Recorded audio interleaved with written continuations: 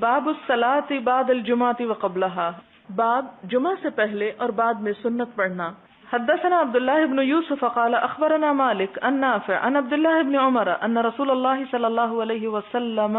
كان يصلي، کہ نبی صلی اللہ علیہ وسلم نماز پڑھتے تھے، قبل الظہر رکعتین، ظہر سے پہلے 2 رکعتیں، وبعدها رکعتین، اس کے بعد 2 رکعتیں، وبعد المغرب رکعتین، مغرب کے بعد 2 رکعتیں، فی بیتہ، اپنے گھر میں، وبعد العشاء رکعتین، اور عشاء کے بعد 2 رکعتیں،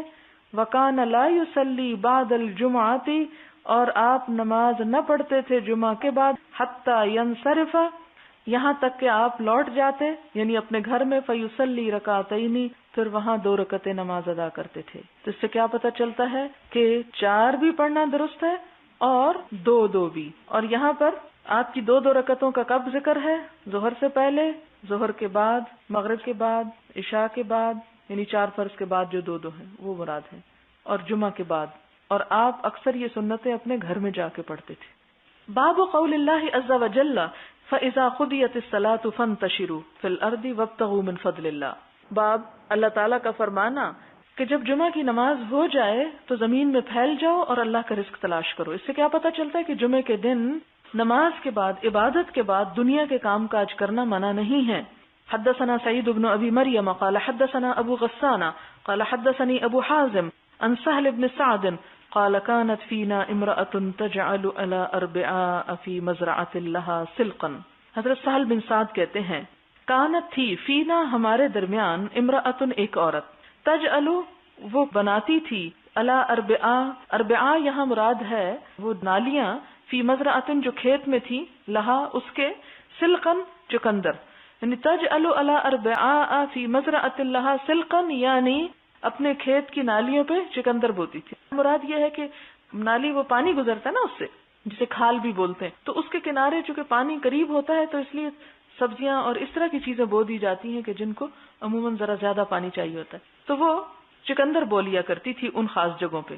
فکانت اذا کان یوم الجمعہ، تو پھر جب جمعے کا دن ہوتا، تنزع نکالتی، اصول جڑیں، السلقی چقندر کی، فتجعلہ تو رکھتی ان کو، فی قدر ہنڈیا میں، ثم تجعل پھر ڈال دیتی، علیہ اس پر، قبضتاً ایک مٹھی، من شعیر آٹے کی، تطحنھا جس کو وہ خود پیستی تھی،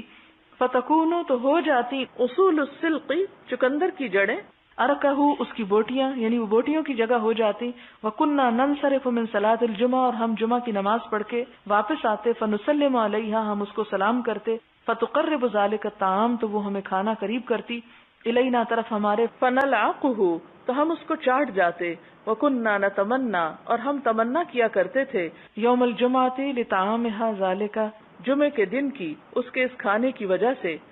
اس حدیث سے بہت سی باتیں پتہ چلتی ہیں۔ پہلی بات تو یہ پتہ چلتی ہے کہ عورت کھیت میں کام کر سکتی ہے، یعنی کھیتی باڑی اگرچہ اس پہ فرض نہیں، لیکن اگر کوئی عورت اپنے گارڈن میں سبزیاں اگاتی ہے یا اپنے کسی ایسے کھیت میں، تو اس کو اگانے میں ثواب ہوگا، کیونکہ جو بھی شخص اپنے ہاتھ سے کوئی چیز اگاتا ہے اور اس اگانے سے کوئی انسان، جانور، پرند چرند کوئی چیز بھی کھا جاتی ہے تو وہ اگانے والے کے لیے صدقہ لکھا جاتا ہے۔ ایک بات تو یہ پتہ چلی ہمیں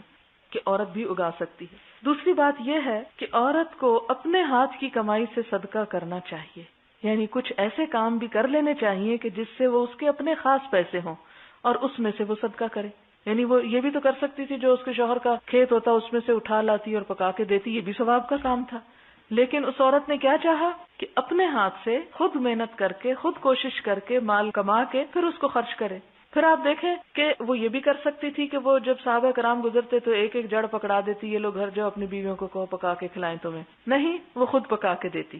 اس سے کیا پتہ چلتا ہے کہ کھانا پکا کے کسی کو کھلانا جو ہے یہ بھی ثواب کے کاموں میں سے ایک کام ہے۔ جو عورتیں کھانا پکاتی ہیں وہ کبھی یہ نہ سمجھا کریں کہ وہ حقیر کام کر رہی ہیں، کیونکہ ہمارے ہاں عموماً گھر کے کام کرنے سے عورت بری معلوم ہوتی ہے، اگر وہ گھر سے باہر جا کے کوئی کام کرتی ہے تو اس کی زیادہ قدر ہوتی ہے، اور جو بیچاریاں گھر میں لگی رہتی ہیں عموماً کہتے ہیں یہ اپنے آپ کو ضائع کر رہی ہیں۔ تو گھر میں بھی کام کرنا ضائع کرنا نہیں، ہاں اگر صلاحیت زیادہ ہے تو گھر کا کام کر کے کچھ اور بھی کر لینا چاہیے۔ عورت یہ نہ کہے کہ چونکہ میرے پہ فرض نہیں اس لیے میں نہیں کرتی، نفل نماز پہ اس لیے نہ پڑھے کہ فرض نہیں اس لیے میں نفل نہیں پڑھتی، نہیں، جب موقع ملے جس خیر اور بھلائی کے کام کا انسان وہ کر لے۔ پھر کیا پتہ چلتا ہے کہ ایک عورت جو ہے وہ کھانا پکا کے صحابہ کرام کو دے رہی ہے جو ان کی رشتہ دار نہیں ہے، جو ان کی محرم نہیں ہے. یعنی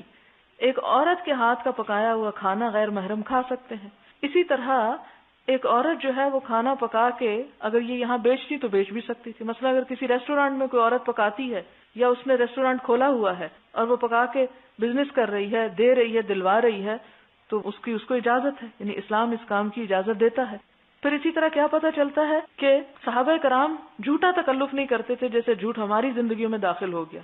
کہ ہم نے اپنی ضرورتوں کو بھی جھوٹ کی نظر کر دیا کہ بھوک بھی لگی ہو تو کہتے ہیں جی نہیں شکریہ ہم نہیں کھاتے. نہیں، وہ اپنی کس طرح کھلے جذبات کا اظہار کرتے ہیں کہ ہم کھاتے تھے، اتنا کھاتے تھے کہ برتن چاٹ جاتے تھے. نل آکو انگلیاں چاٹنا بھی اور برتن چاٹنا بھی مراد ہے اس سے. اور پھر ساتھ یہ بھی نہیں کہتے کہ ہمیں تو ہائے شرم آتی ہے کیسے مانگے کیا کریں. وہ کہتے کہ ہم تو انتظار کرتے تھے کہ جمعہ کب آئے گا اور پھر ہم وہ کھانا کھائیں گے. تو اس سے کیا پتہ چلتا ہے کہ اگر کوئی خود دعوت دے کہ آؤ کھا لو تو کھانے میں حرج نہیں ہے. مانگنا منع ہے، مانگنا برا ہے، لیکن ضرورت کے تحت انسان مانگ بھی سکتا ہے، دوسرے کو اپنی ضرورت بتا بھی سکتا ہے. لیکن اگر کوئی خود آفر کر رہا ہے کہ آؤ کھانا کھا لو تو اس صورت میں کھانا کھانے سے انکار نہیں کرنا چاہیے، کیونکہ ہمارے ہاں تو اس کو بھی عیب سمجھا جاتا ہے کہ ہم فلاں کے گھر سے کیوں کھائیں یا اس کے گھر میں کیوں جائیں. تو یہ اس طرح کے عیب اور آر اور تکبر جو ہے وہ اسلام میں پسندیدہ نہیں ہے. بلکہ اگر کوئی چھوٹی موٹی چیز بھی آفر کر دے، اب یہ کہ بیچاری کے پاس گوشت نہیں تھا لیکن سبزی تھی،